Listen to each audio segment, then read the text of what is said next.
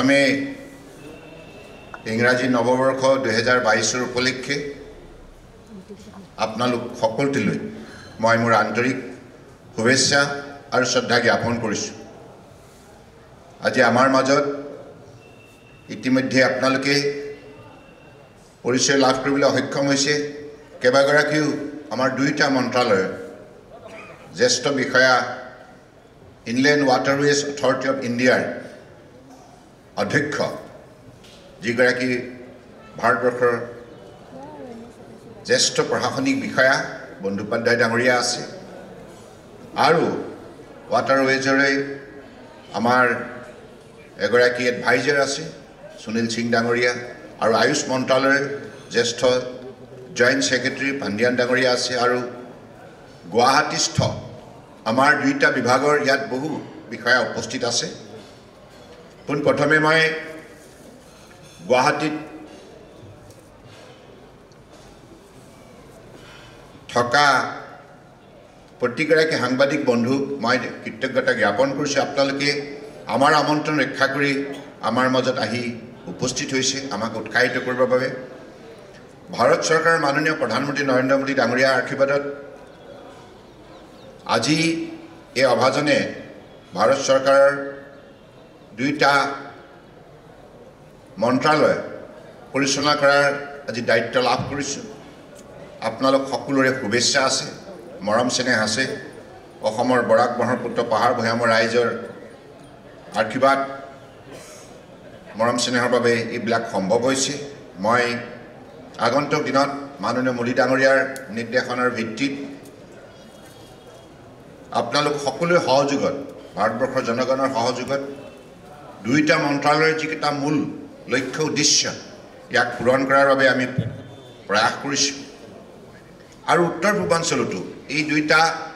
মন্ত্ৰালয়ৰ তৰফৰ পৰা কি কৰাৰ পৰিকল্পনা আছে ইতিমধ্যে আমাৰ দুইটা মন্ত্ৰালয়ৰ জ্যেষ্ঠ বিষয়াসকলে আপোনালোকক ফিল্ম প্ৰদৰ্শন কৰি আৰু আপোনালোকৰ হাতত যিখিনি পুস্তিকা আপোনালোকৰ হাতত অৰ্পণ কৰা হৈছে ইয়াৰ যোগেদি গোটেই তথ্যবিলাক আৰু আগন্তুক দিনৰ পৰিকল্পনাৰ সন্দৰ্ভত আপোনালোকক অৱগত কৰা হৈছে। আমি সকলোৱে এটি কথা মৰ্মে উপলব্ধি কৰোঁ, যদি ইংৰাজৰ শাসনকালত এই ব্ৰহ্মপুত্ৰ বুকুই দি সেই সময়ত আমাৰ উত্তৰ পূৰ্বাঞ্চলত উৎপাদিত সামগ্ৰীবিলাক দেশ বিদেশলৈ ৰপ্তানি হৈছিল আৰু আজিৰ তাৰিখত নোহোৱাৰ কাৰণ কি? এই প্ৰশ্ন প্ৰতিগৰাকী উত্তৰ পূৰ্বাঞ্চলৰ ৰাইজৰ। গতিকে এই প্ৰশ্নৰ প্ৰত্যুত্তৰ দিবৰ বাবে মাননীয় প্ৰধানমন্ত্ৰী ডাঙৰীয়াই নৰেন্দ্ৰ মোদী ডাঙৰীয়াই 2014 চনত দায়িত্ব লোৱাৰ পাছৰে পৰা উত্তৰ পূৰ্বাঞ্চলৰ প্ৰাকৃতিক সম্পদ সম্ভাৱনা শক্তিৰ প্ৰতি দৃষ্টি ৰাখি আৰু এই অঞ্চলৰ ৰাইজৰ যিখিনি গুণ, যিখিনি এই উত্তৰ পূৰ্বাঞ্চলৰ সমাজ জীৱনত যিখিনি উন্নত মানৱ সম্পদ আছে এই সকলোবিলাক কথা লক্ষ্য ৰাখিয়ে তেখেতে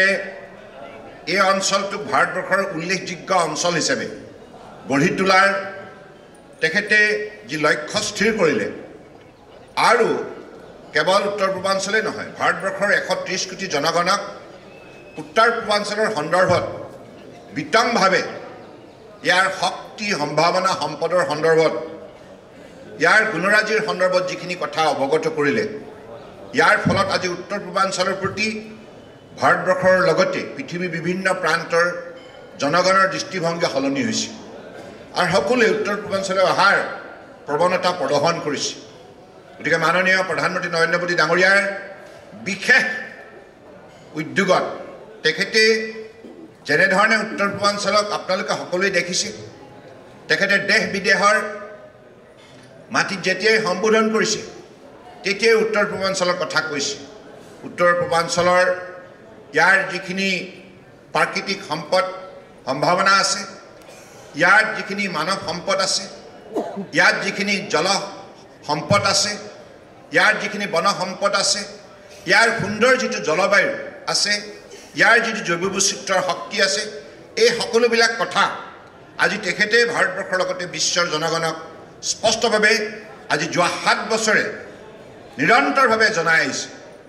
আৰু আমাকো এই নিৰ্দেশনা প্ৰেৰণ কৰিছে যে উত্তৰ পূৰ্বাঞ্চলত কেন্দ্ৰীয় চৰকাৰৰ প্ৰতিগৰাকী মন্ত্ৰীয়ে বিশেষভাৱে পদক্ষেপ গ্ৰহণ কৰিব লাগিব দেশৰ অষ্টলক্ষ্মী হিচাপে তেখেতে এই অঞ্চলক গণ্য কৰিছে উত্তৰ পূৰ্বাঞ্চলৰ ৰাইজৰ কান্ধত এটা গুৰু দায়িত্ব অৰ্পণ কৰিছে তেখেতে কৈছে এনি মানে নৰ্থ ইষ্ট কেৱল নহয় এনি হৈছে new engine for India's growth অৰ্থাৎ আত্মনিৰ্ভৰ ভাৰত আৰু ভাৰতবৰ্ষক পৃথিৱীৰ শ্ৰেষ্ঠ ৰাষ্ট্ৰ হিচাপে গঢ় দিয়াৰ ক্ষেত্ৰত উত্তৰ পূৰ্বাঞ্চলে গুৰুত্বপূৰ্ণ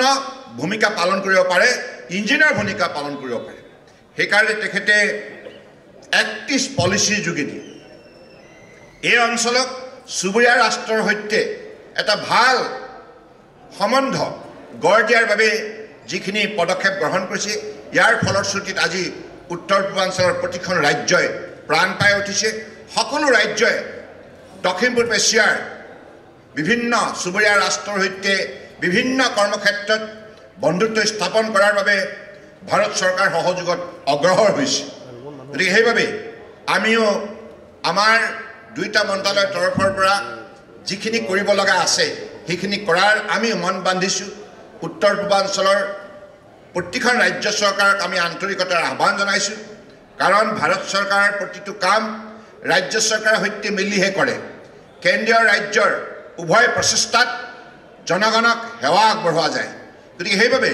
আমাৰ যিটো সাংবিধানিক বিধি ব্যৱস্থা আছে এই ব্যৱস্থা অনুযায়ী ৰাজ্য চৰকাৰ কৰণীয় কেন্দ্ৰীয় চৰকাৰ কৰণীয় দুইটা এই দায়িত্ব নিষ্ঠাৰে পালন কৰাৰ বাবে আমি কেন্দ্ৰীয় ৰাজ্য চৰকাৰ মিলিত প্ৰচেষ্টাৰে জনগণৰ সহযোগত বিভিন্ন আমি আঁচনিবিলাক ৰূপায়ণ কৰোঁ গতিকে আজিও সেই দৃষ্টিভংগীৰে আপোনালোকৰ সন্মুখত প্ৰায় আধা ঘণ্টা 40 মিনিট সময়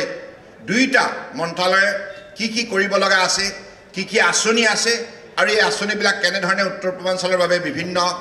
ৰাজ্যত ৰূপায়ণ কৰাৰ দৃষ্টিভংগী ৰখা হৈছে লক্ষ্য স্থিৰ কৰা হৈছে এই কথাবিলাক আমাৰ তৰফৰ পৰা আপোনালোকক জনোৱা হ'ল মই ভাবোঁ সাংবাদিক বন্ধুসকলে নিশ্চিতভাৱে আপোনালোকৰ হাতত অৰ্পণ কৰা সেই পুস্তিকাসমূহ আপোনালোকে অধ্যয়ন কৰি উত্তৰ পূৰ্বাঞ্চলৰ প্ৰায় 5 কোটি জনগণক আপোনালোকে অৱগত কৰিব আৰু উঠি অহা প্ৰজন্মকো আগন্তুক দিনত উত্তৰ পূৰ্বাঞ্চলৰ ইঞ্জিনিয়াৰ ভূমিকা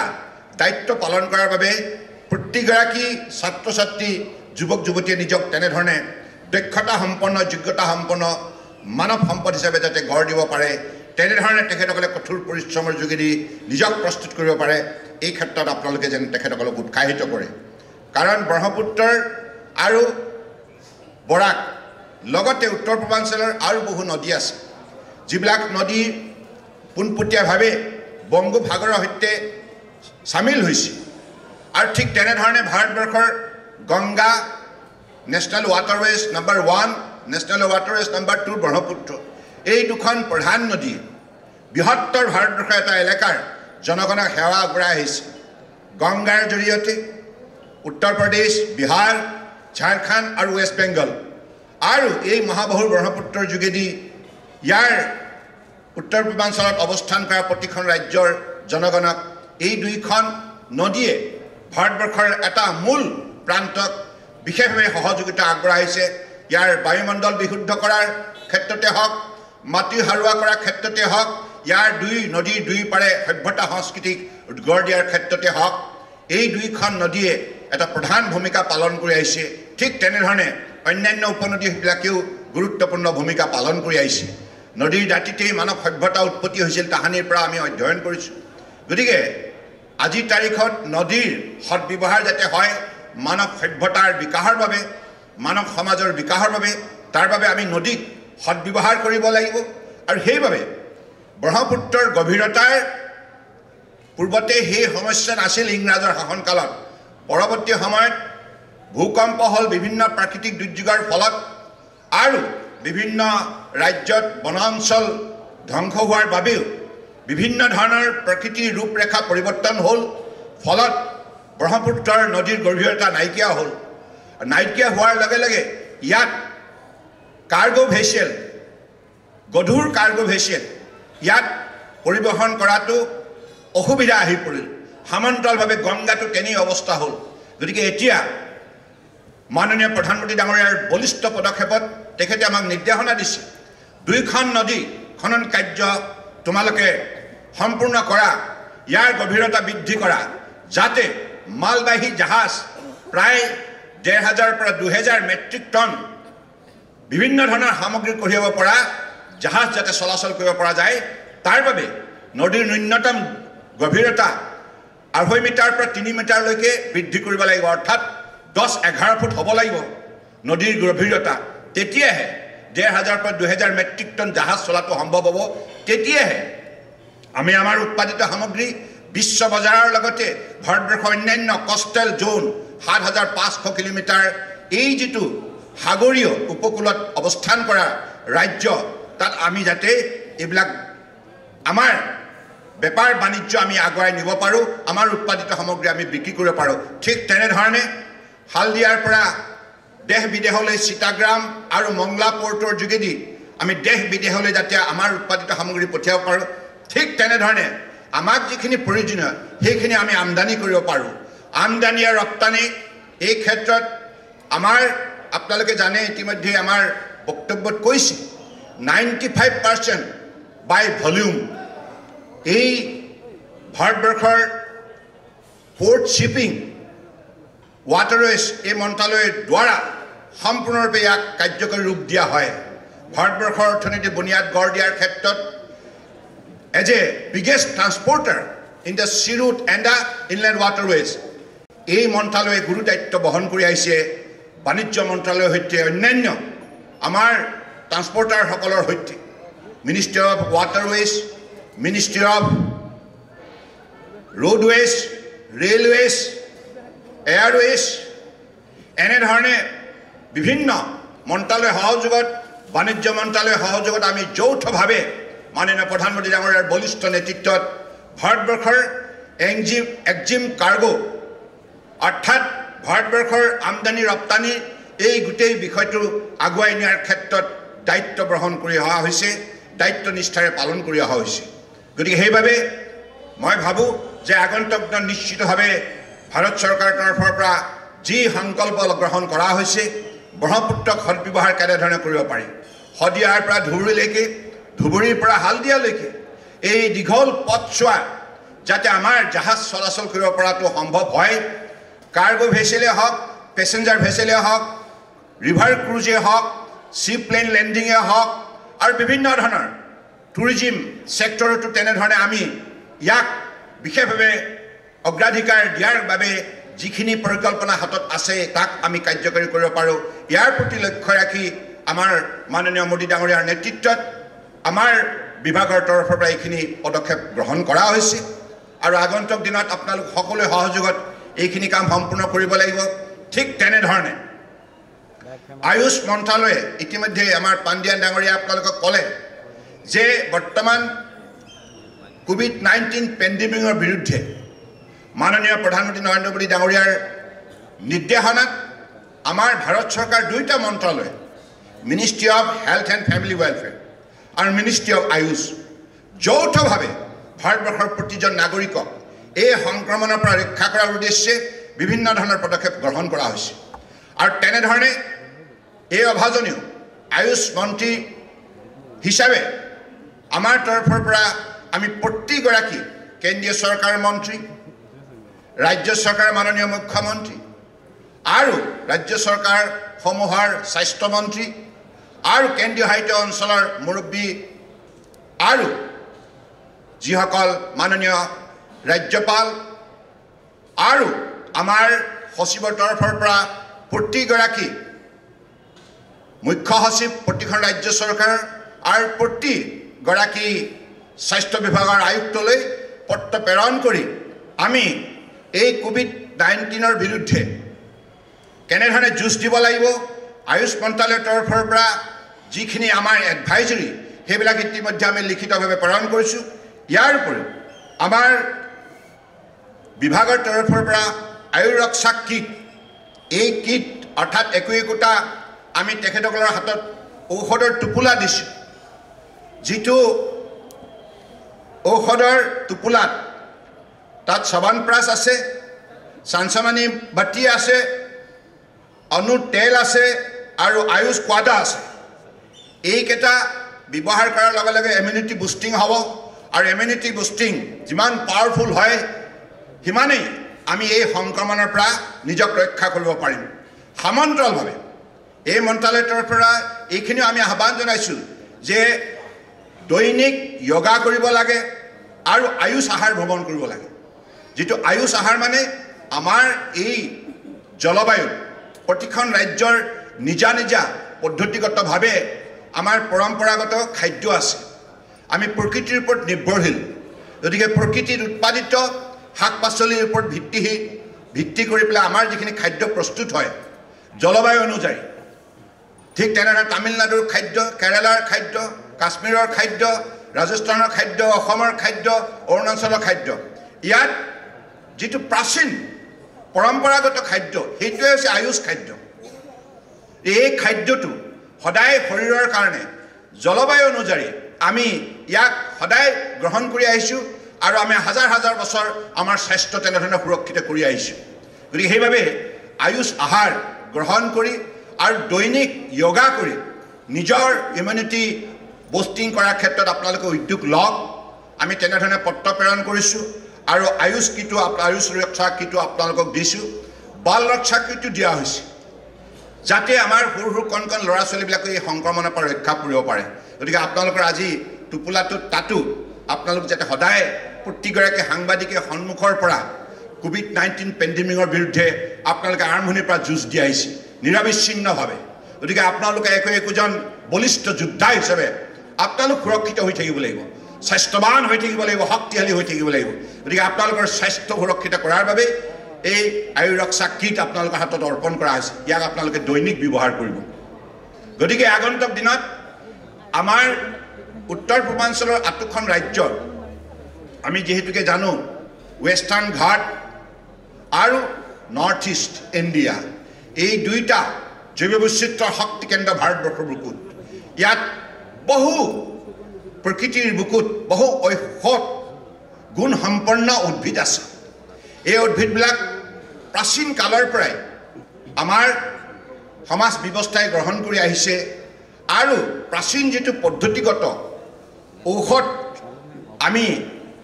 যিটো ব্যৱহাৰ কৰি আহিছোঁ ইয়াক বিজ্ঞানসন্মতভাৱে পৰীক্ষা নিৰীক্ষা কৰি ইয়াৰ এভিডেন্স ডেভেলপ কৰি আগন্তুক দিনত মানৱ শৰীৰৰ বাবে যাতে সকলো সময়তে উপযোগী হৈ থাকে আৰু বৰ্তমান একবিংশ শতিকা বিজ্ঞানৰ প্ৰযুক্তিৰ এইখন পৃথিৱীত মানুহে যাতে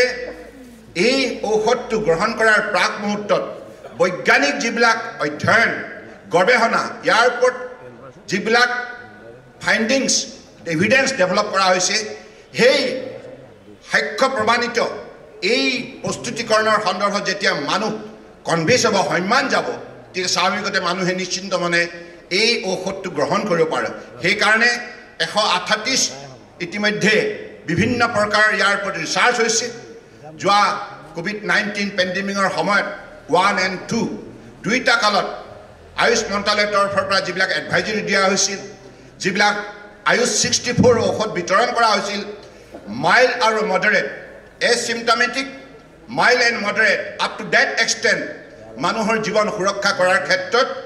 ক্ৰিটিকেল ষ্টেজলৈ নোযোৱাকৈ মানুহজনক ৰক্ষা কৰাৰ ক্ষেত্ৰত আয়ুষ 64 উল্লেখযোগ্য ভূমিকা পালন কৰিছিল। আৰু সেইকাৰণে মাননীয় প্ৰধানমন্ত্ৰী ডাঙৰীয়াও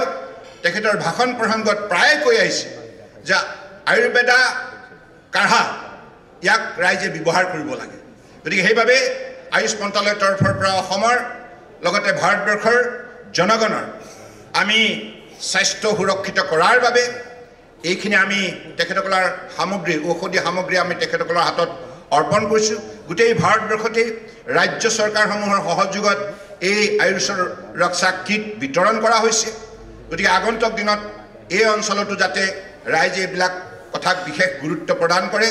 আৰু সঞ্জীৱনী যিটো এপৰ কথা ক'লে, সঞ্জীৱনী এপৰ যোগেদি আমি অধ্যয়ন কৰিছোঁ যে কিমান সংখ্যক মানুহে আমাৰ Ayush 64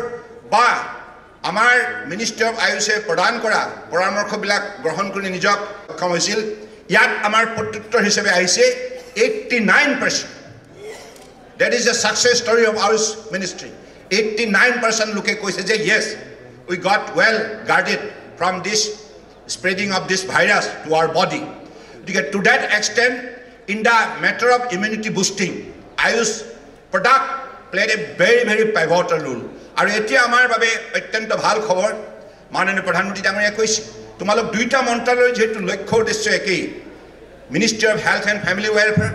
Ministry of Ayush, gotike duita montralor ekeloge grassroots level leke tumaloke milito hoi pelai raijor swasthyo surakha korar babe kaam kora. Gotike moi bhabu je agontok dinot ki hol problem hoise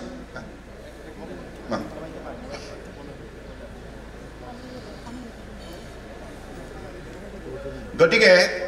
মই আশা কৰিছো মাননীয় সাংবাদিক বন্ধুসকল আপোনালোক সকলোৱে আগন্তুক দিনত এই ক্ষেত্ৰত